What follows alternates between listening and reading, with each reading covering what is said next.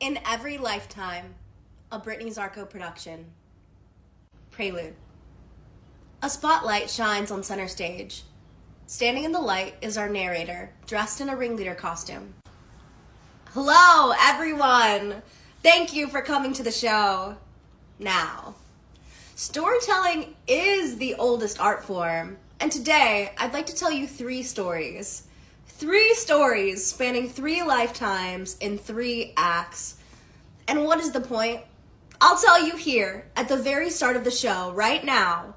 What is the point? What is at the heart of storytelling? Heart! Heart. It's connection. So without further ado, once upon a time, there was a planet called Earth. This is a story about the people who lived on that planet. Act 1. Alice, Danielle, Evan, and Ryan. We zoom into a small child being tucked into bed. Loud jazz music plays in the back. A small, intimate party filled with laughter and clanking fades into the background as the door shuts. Alice is putting Danielle to bed. Alice reaches out to smooth Danielle's hair back. Okay, are we ready for bed? Mommy, why do the other kids have 2 parents? What? Well, all the other kids at school, they have 2 parents. They have a mom and a dad, or a mom and a mom, or a dad. And I only have 1 parent, you. Alice pauses. Danielle's 8, so it's about that time. But how can she explain that she has no idea where Danielle's father is, and that it was all her fault? The guilt starts to claw at her throat, and she clanked her bracelets in an anxious fidget. Bit heavy for a last bedtime question, isn't it? Mom. Okay. Cue Act 1, Song 1. Alice never saw Danielle's father again. This song outlines Alice's life motto. Never let fear stop you from following your heart. Alice has moved away from her family, and she's now a school teacher supporting herself and Danielle. They are happy for many years, but Alice's motto outlives her. It's now the motto Danielle lives her life by. Danielle, now a young woman, is without a family. She must mourn her mother alone. Cue Act 1, Song 2. Scene, perspective change. The airport is quiet. A hotel shuttle bus hums in the air. The driver glances up at the rider he has. He glances at the time and then smiles warmly. Well, I guess we better get a move on it, huh? The rider smiles. The driver shifts into drive just as 2 bangs hit the bus door. The driver opens the doors. The time reads 6:46 a.m. Wow, man, thank you so much for your patience. It's a miracle I made it at all. I wouldn't leave without ya. Yeah, well, I wish my pilot felt the same. My layover changed twice, and I'm the one that has to figure out how to get 15 minutes of walking into 4 minutes. Well, good thing you're a New Yorker then, huh? I guess. Well, you're right where you're supposed to be now. The narrator winks at the audience. The driver pulls into traffic. Do either of you want to connect to the speaker? The bus has Bluetooth. The driver turns the volume of the bus up. Oh, sorry, that's my... Oh, I thought I had my... The 2 passengers look at each other and giggle awkwardly. They look at their phones. It's me. Hold on. She pauses her video. So, you like Graphic then? I like their long-form videos. Oh, yeah, me too. Are you watching the video about Trash Island right now? Yeah, you've seen it? Yeah, I recognized it from the sound bit. Trash City!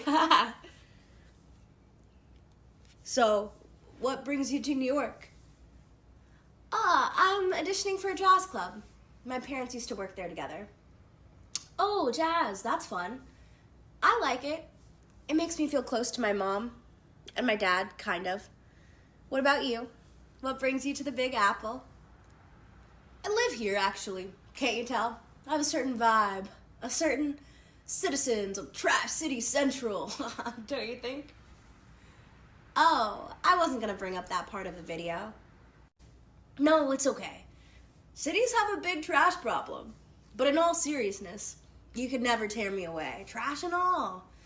The culture, the vibrancy, there's nothing like it. Seriously, I'm glad to be returning home. I've been staying at a hotel while my new apartment gets ready. I'm mid-move currently. You're homeless? I think unhoused is the politically correct term. I think homeless people have more important things to worry about. Yeah, but home is where the heart is, and my heart is here in the city, so I'm never without a home. New York is my home. Look, if I'm honest, the hotel feels more like a home to me than anywhere else these days. In another life, I'd be a hotel manager. Is that what you really want to do? Maybe. It's a silly dream I had when I was younger. It just pops up every now and again. Sounds like your heart talking. Do you want to know what I think?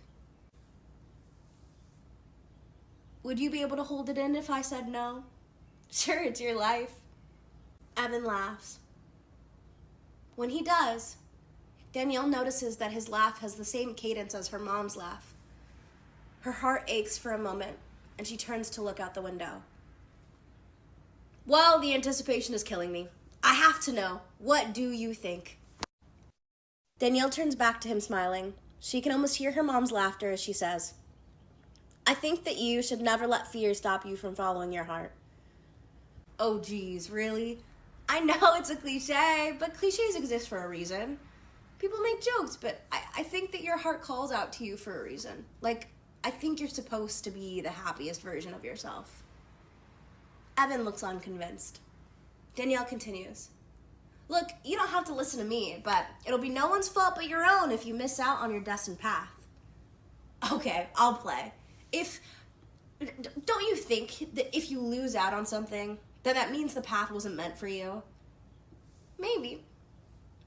Or is it the price you pay for not following your own heart? I mean, don't you ever worry you're going to die before you do everything you want to do here?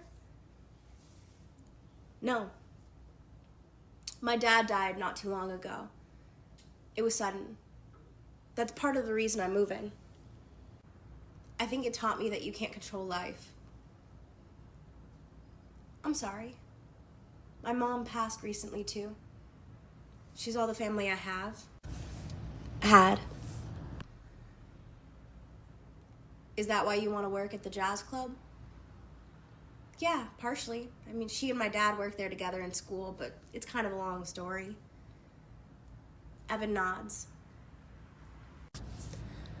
Suddenly aware of how intimate this conversation has gotten, Evan changes to a lighter subject. Well, suddenly I'm aware of how intimate this conversation has gotten.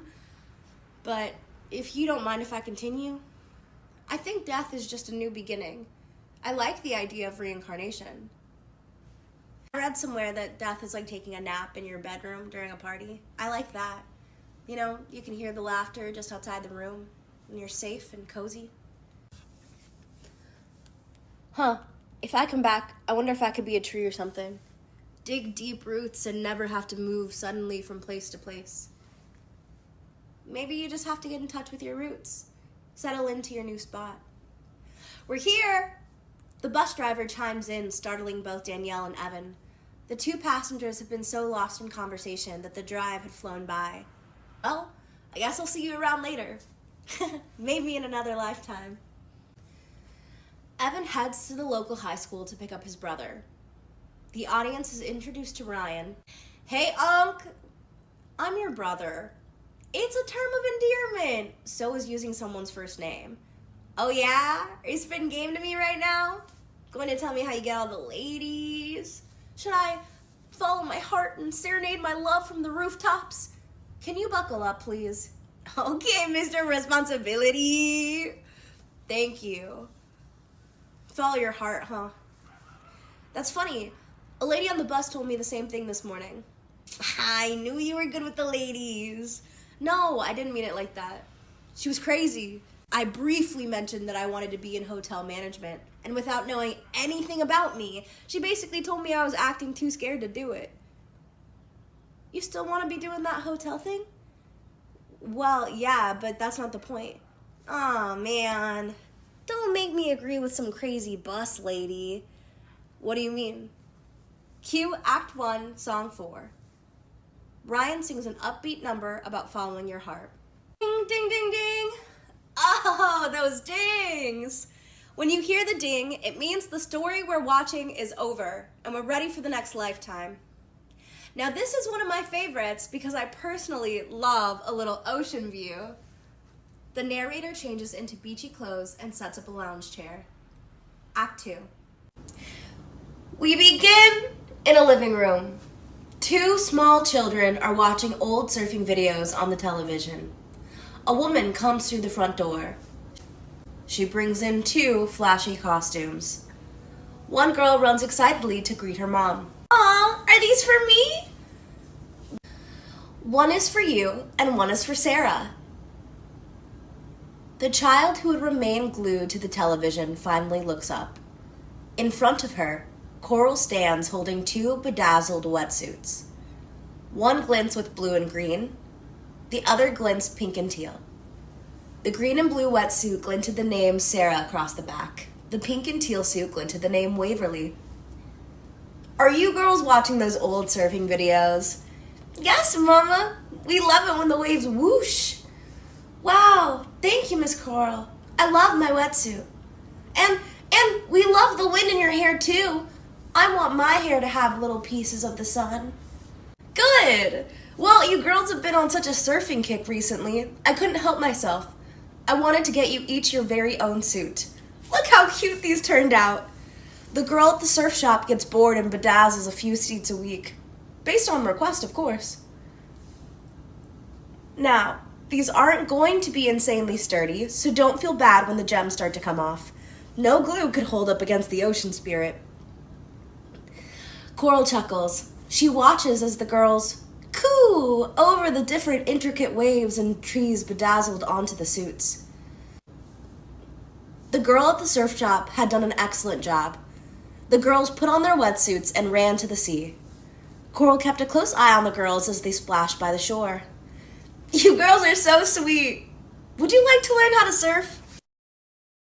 The girls cheered. Yes! Yay!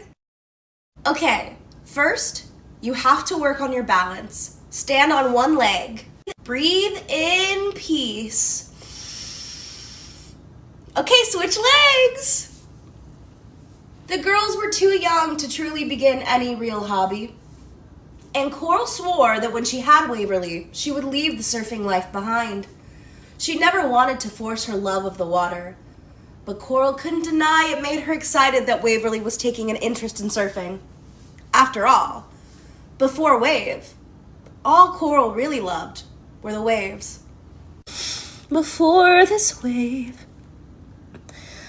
I've always really loved the waves. Before my wave, I've always had a thing for waves. We flash forward 8 years.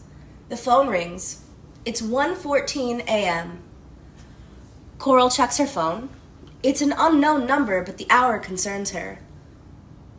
Hello? Hi, Miss Coral? It's Sarah. Sarah? Are you okay? Oh, I've been better. Where are you? I'm at the North Beach. I need help. My car won't start.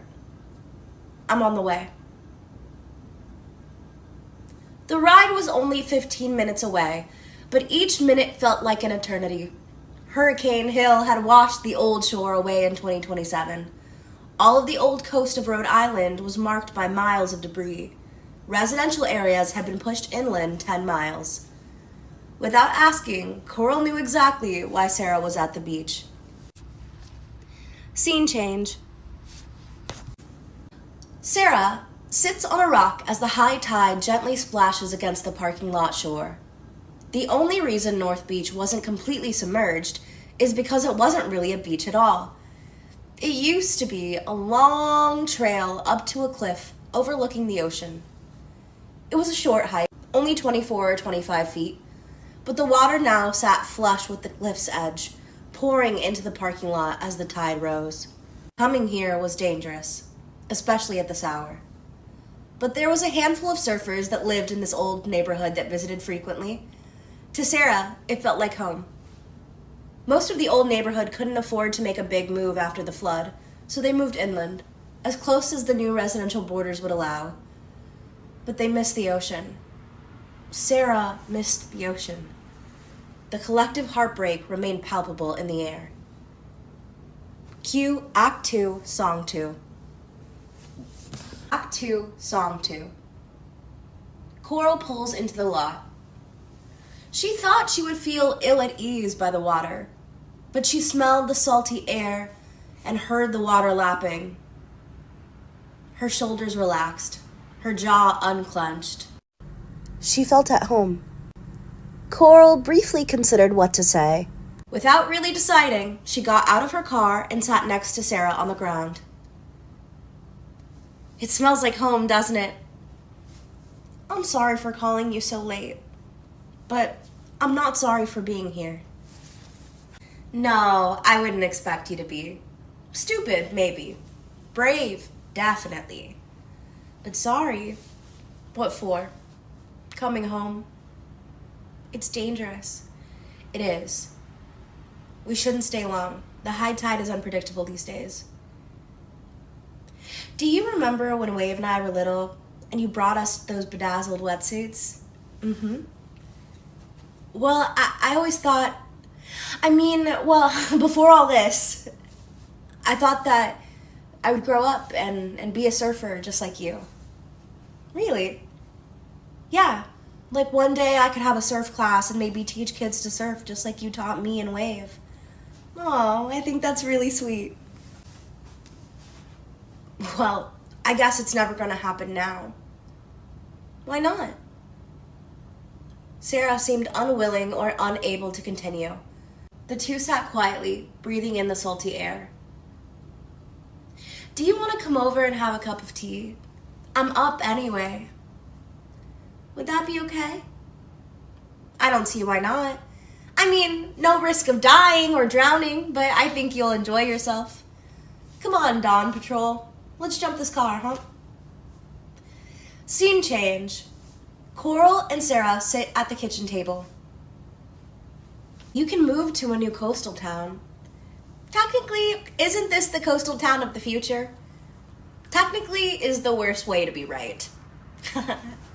I just am so scared. What if I move away from everyone I love, everything I love, and then I lose it all in one big, unsurfable wave? Well, that's always a possibility when you choose to live and work on the beach. Nothing's changed there. I know, but I know. And she did know. The two sat quietly. Natural disasters were at an all-time high, and they were only projected to get worse and more erratic. Sarah stands and starts to pace. I saw somewhere that natural disasters would get worse and worse, and that we would all watch it happen through other people's videos until it got closer and closer, and then one day, you're the person taking the video. I just never thought that one day I would be the person taking the video. Look, I can't lie and say I'm not scared. But if things are going to end terribly and I've tried and failed, then I've lost nothing, right? If it was all going to end terribly, whether I tried or not, then I've lost nothing by trying. But if it wasn't going to end terribly, if things could have gone well for me and I did nothing, well, then that's really the loss, isn't it? Don't be upset with yourself for feeling scared. That fear is a part of you that loves you, but it's not the part that makes decisions for you. It's your choice. It's your life. Sarah sits down again. Suddenly, a voice comes from the hallway. Coral and Sarah look up in surprise. Waverly stands in the doorway in her pajamas. Hi, Sarah. Hey, Wave. Honey, we didn't mean to wake you. If you want to join us, I can make you a cup. Sure, Mom, thanks. Is this surf talk? Waverly looks at her slightly damp classmate. She looks at her mom, hair more wavy than usual, and says, "Aw, you guys visited the old block.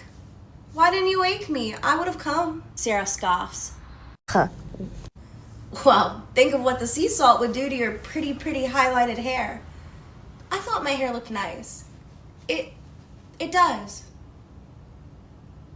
The girls sit silently for a moment. Waverly looked at her old friend and found a pain arise in her chest. How many times had they sat at this very table, the ocean in their hair? Waverly took a deep breath. It smelled like home. She did it herself. Having brought back a cup for Waverly, she poured more tea for herself and Sarah. Sarah is filled with shame for a moment.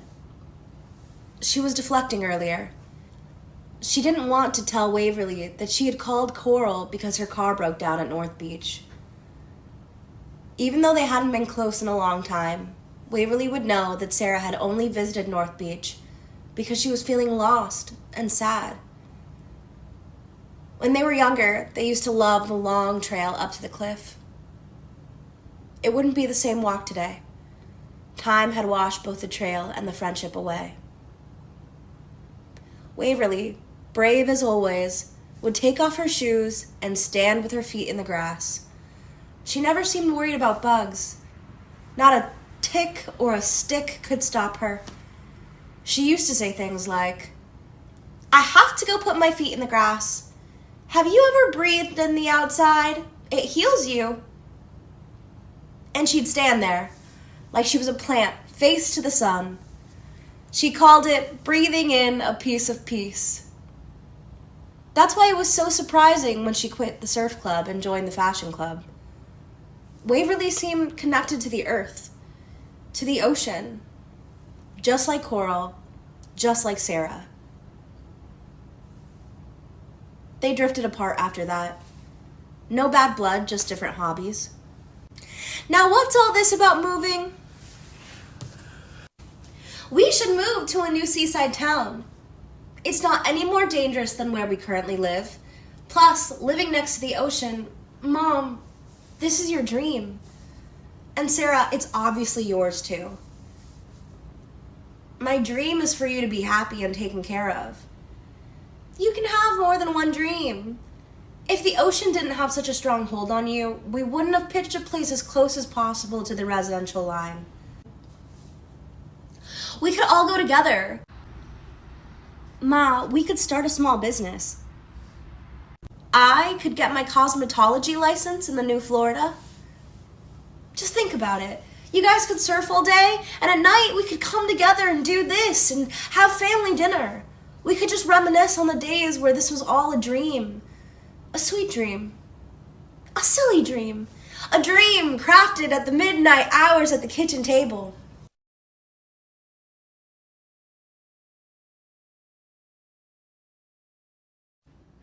Cue Act 2, Song 3. Ding! Oh, hey.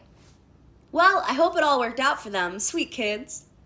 Let's take a break and come back. Intermission. Act 3. Elle, Preston, Nala, Lila, and Brian. The camera pans over a small abandoned stretch of storefronts. Lila opens the front door to a store that must have been a restaurant before because it has a small kitchen in the back and a wide open space in the front. Tables and chairs had all been pushed to one corner. The kitchen won't do her any good here. There's no power outside of the residential walls. Still, she walks back to the kitchen, expecting to see someone cooking. She's right. Several small tea lights nestled into an old muffin tin sat below a tea kettle that had begun to whistle. Lila startles Brian by saying, "Clever. Now what do we have here?" Brian looks up at her. "Hot chocolate."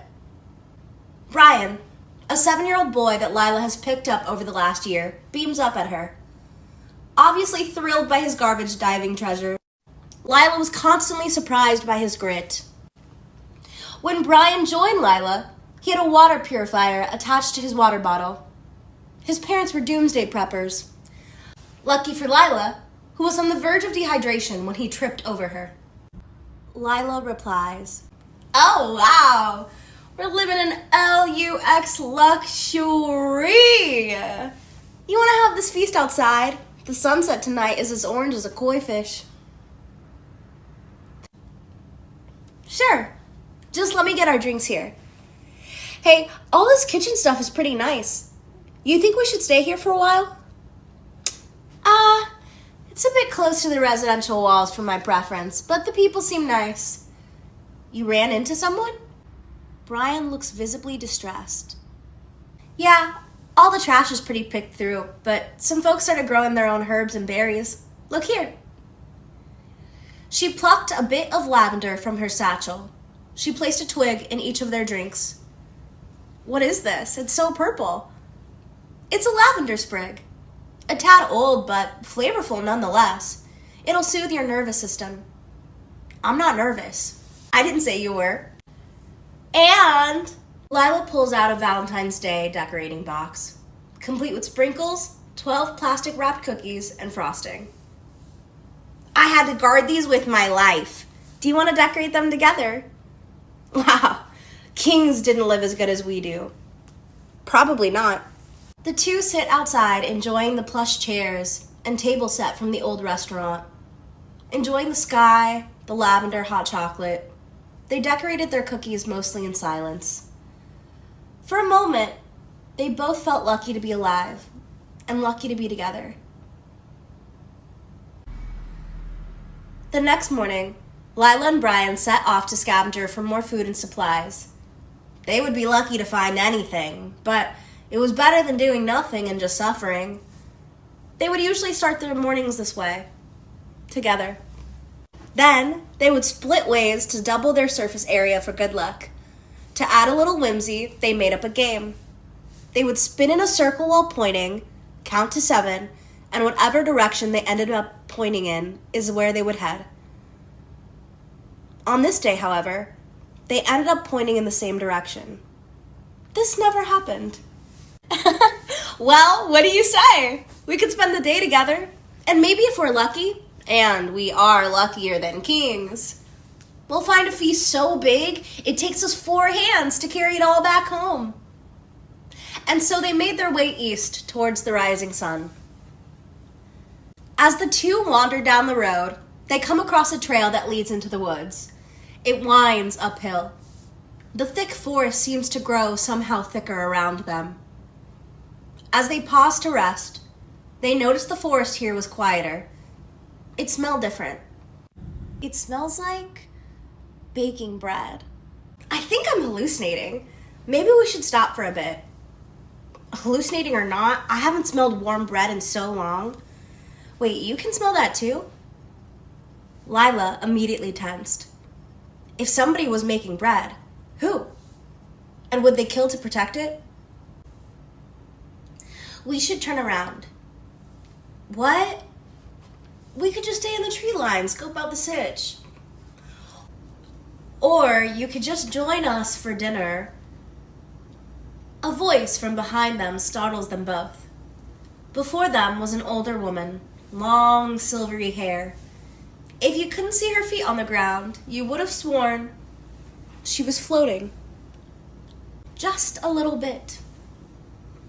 "Well, you've stumbled across my cottage here. Let's all take turns introducing ourselves. My friends call me Elle. And where are you from?" At some point, the birds had started singing again. "I'm Lila, and this is my brother Brian. Would you like some water? I'm a healer. I run a small village here just outside the wall in the in-between." Brian moves to stand between Lila and the stranger before him. He says, "How do we know we can trust you?" That's a good question. Do you trust me? You can think on it for a moment. I will. Listen. The birds like you. They only sing when it's safe. Still uncertain, Brian wasn't a fan of meeting new people. Why would you share your water with us? I have plenty to share. We have our own water system. We? Yes. We're a small community, but there are other healers. We're on the far edge of the land we take care of now. Here's my water jug. See? Elle takes a long sip and then pours a little bit on the ground. Water. Here. What kind of healing work do you do? What kind of healing are you open to? Brian and Lila take a long sip from the jug they were offered. Deciding they did trust her, Lila says, well, Brian and I actually know a little bit about medicine. You do? Yeah. My family used to have a big garden. My dad used to say any ailment could be cured through the earth's gifts. He was cheesy. But if the results say anything, no one in my family ever really got sick. Seeing Lila at ease, Brian also started to thaw. And my parents taught me how to bandage some wounds, and I can sew a deep cut if I have thread. The three make their way down to the village. It's a short walk. Ooh. Suddenly, they were overtop a view of a small bundle of cottages and gardens. A few round dining tables sat in the middle of the village.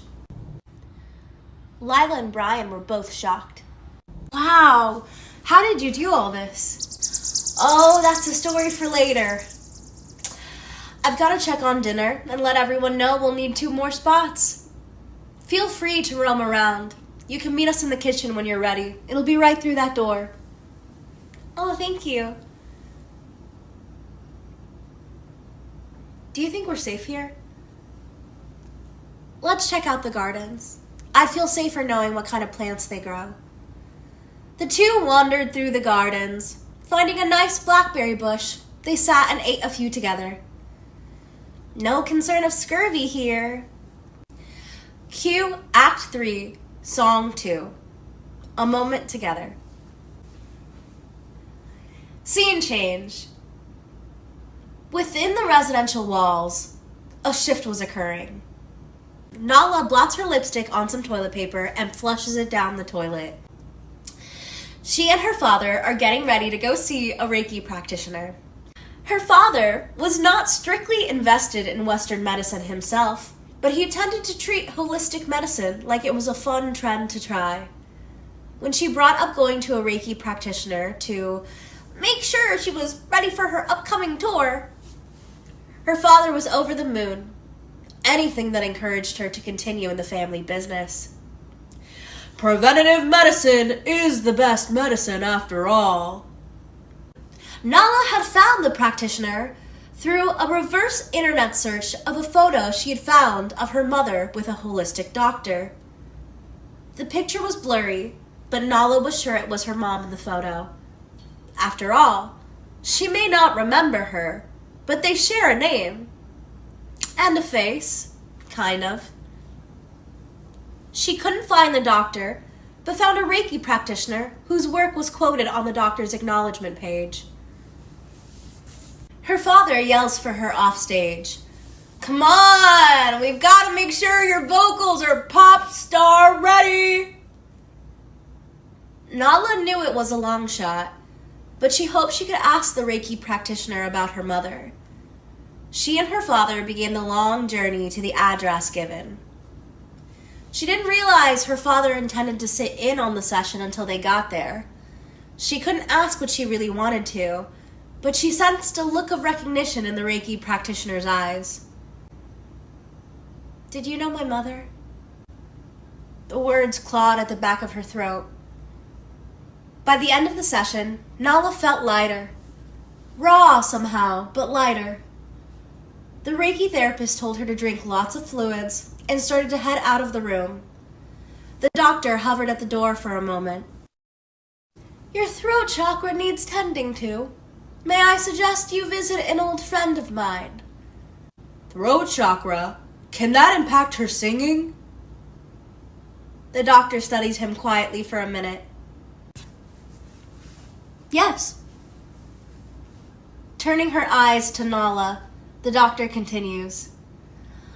I'll give you directions. Go tomorrow. She lives and works beyond the residential wall. Beyond the residential wall? Nala's heart pounded in her chest. Bum, bum, bum, bum. Nala wasn't sure if anything existed beyond the residential wall. No one talked about it. She took the directions offered to her. That night, she tossed and turned. Unable to sleep, she kept dreaming of her mom. Nala Leela I may have left long ago, but her legacy remained. The singing, dancing, juggling, going to her shows was just like the circus. But it wasn't enough for her. She had left all that behind. She left her family behind. One day she was here, and then the next, poof, gone in a cloud of smoke. Once all the smoke had cleared, all that was left was the family name. As Nala II grew older, the world waited with bated breath. Her name recognition alone could sell out stadiums. Everyone wanted to know, what was Nala Layla II going to do next? Go find a witch in the woods is apparently the answer. Driving outside of the residential wall was scenic, at least. Nala sat arguing with her father in the car. No, Dad, that's not what we're going there for. None of these old crones are going to affect the streaming numbers. It's the perfect opportunity to practice. And you guys can check out and see if that Reiki thing worked. Could you take this seriously for a second? I am serious. Look, honey, you know I only push so hard because your mother would have wanted you to follow in her footsteps. Yeah. Well, maybe if I ever got to talk to her, I could tell her it sucks to be living in her shadow. Maybe this guru will help you clear up what you want to say to your audience. Give you a vision. Just because Mom was able to push for the free healthcare initiative doesn't mean she's the reason it passed. I'm just saying you might enjoy having a cause. You want me to be just like her? She left! Maybe we can take her off a pedestal. Nala looked out the window as she passed large patches of empty land. Her father never liked to talk about Nala I. Her mother had been very well read, politically outspoken during her career. Nala Leela I had politically pushed for and successfully achieved free healthcare for everyone who lived inside the wall. Preston worshipped her. The little bits of memories Nala could remember were dripping in love. Discovering her mother's interest in holistic medicine wasn't surprising, but it left more questions than it answered. It seemed she was deeply knowledgeable in terms of holistic medicine. Who was this random doctor? Were they friends? Did they work together? Would the doctor know why Nala Leela I decided to up and leave her family? Her family didn't understand her fixation. Nala Leela was a common household name. Maybe she was meeting a fan. Nala II had some second thoughts. Scene change. Back at the cottages, it's dinner time. I wasn't sure you would stay. Oh, is it okay that we did? I thought you mentioned dinner, so we... Yes, of course. Please stay and eat. I wouldn't have blamed you if you felt nervous and ran off. However, fortune favors the bold. We feast better than kings tonight. Al rings a dinner bell, and a small group begins to gather around the table. Many hands bring varied dishes. Don't be fooled, we don't do this every night. Once a week we try to eat together as a group, but it's not a hard rule. Tonight is very special though. I've been expecting a surprise to arrive all day. Someone from the city. You can go into the city? Me? No, I'd have trouble moving about. Too many people from my old life would see me. But a few of my friends here can. They travel back and forth. We try to keep the trips short and infrequent. We have guests from the city come stay periodically. We don't see new people often, but new people often have a purpose when we meet them. Your old life? Why would anyone choose to live outside of the walls? It's a guaranteed death. Death is a guarantee for everyone. And I couldn't keep pretending that the wall was a permanent fix. What do you mean? It's a temporary safety. The landscape will continue to change, and it could have been shared with everyone if we'd built it like a dam instead of a barrier. I thought there just wasn't enough food or water for everyone to live inside the wall. They tell people it's to protect against the rising sea levels, but it's a manufactured scarcity. So you left? I was strategic. I knew what kind of life I valued and who I wanted to be. I planned accordingly, and now we're living out that plan. Before the end of the night, Elle had offered the two kids a new home. After dinner, Lila asks, "Do you guys have a space designated for the bathroom?" "Oh, yes. I'll show you the one in the main house." Lila works up the courage to ask, Do you miss the life you left behind?" "Yes, but I just think that I'm like the trees. I'm always moving with the wind, but my roots run deep. The bathroom is just down the hall. Can you find your way back?" "Yeah, I think I can handle the walk." Lila, finding the bathroom, passes by a girl pacing back and forth in the hall. The girls lock eyes for a moment, both surprised to see someone their own age. The girl pacing is dressed differently than the others, but Lila thinks nothing of it. A few moments later, Lila passes by her again. This time, her face buried in the wall as she mutters to herself, "Are you okay?" "What? Oh, yeah, sorry. It was a long drive here. Lots of work talk. The toilet in here doesn't flush. I should have mentioned that. And there's clean water for you to wash your hands in the bin in there. I kind of came at the last minute, so they showed me in this house. I think the toilet is under construction, though." "Oh, I bet they're all like that. I'm just happy they have toilet paper, if I'm honest. It really is the little things, isn't it?" "Oh, is this a roughing it in the wild kind of retreat?" "I wouldn't know, actually. I just found the place today." "I thought the doctor wasn't taking any patients." "Oh, we're not patients. My brother and I are going to work here."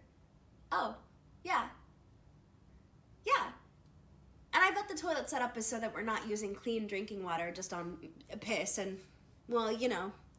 "Oh, yeah. Oh, yeah, sorry. It was a long drive here. Lots of work talk. The toilet here doesn't flush. I should have mentioned that. I kind of came last minute, so they showed me into this house. I think this toilet is under construction, though." "Oh, I bet they're all like that. I'm just happy they have toilet paper, if I'm honest. It really is the little things, isn't it?" The girl looks surprised. Is this a roughing it in the wild kind of retreat?" "I wouldn't know, actually. I just found this place today. I thought the doctor wasn't taking any new patients." "Oh, we're not new patients. My brother and I are going to work here." "Oh, yeah. And I bet the toilet setup is so that we're not using clean drinking water just on piss and, well, you know." "Oh, duh. Nala had heard about the water scarcity, but she had never really experienced it or known anyone who had experienced it, for that matter. "Right, okay. Well, thanks so much. I guess I'll see you around. Hey, maybe if you don't like your work, you could work here." No. Besides, My dad's obsessed with me keeping up family appearances. He wants me to do exactly what my mom did. How did you get this job here anyway? Luck meets preparation. I think the doctor would have taken us in anyway, though. What do you mean? Well, before all this, my dad was a huge holistic medicine guy. And my brother, his parents were doomsday preppers. So between the two of us, we actually know a lot of ways to heal people. Did your dad want you to follow in his footsteps? I think more than anything, he just wanted to share a moment together. The girls walk down the hall together and are met by Elle and Preston speaking closely and very quietly in the lobby. Elle turns toward the girls. Nala looks up. Mom? Ah, my unexpected guest. Ding! Oh, the drama! Drama, drama, drama! Did you guys know it was gonna be her mom? Got me! Now everyone, what do these stories have in common? A worsening climate crisis, yes, but what else? What else? What is any story about? Human connection, yes! See how quickly we connect to stories. Humans are an interdependent species. Humans are built to love.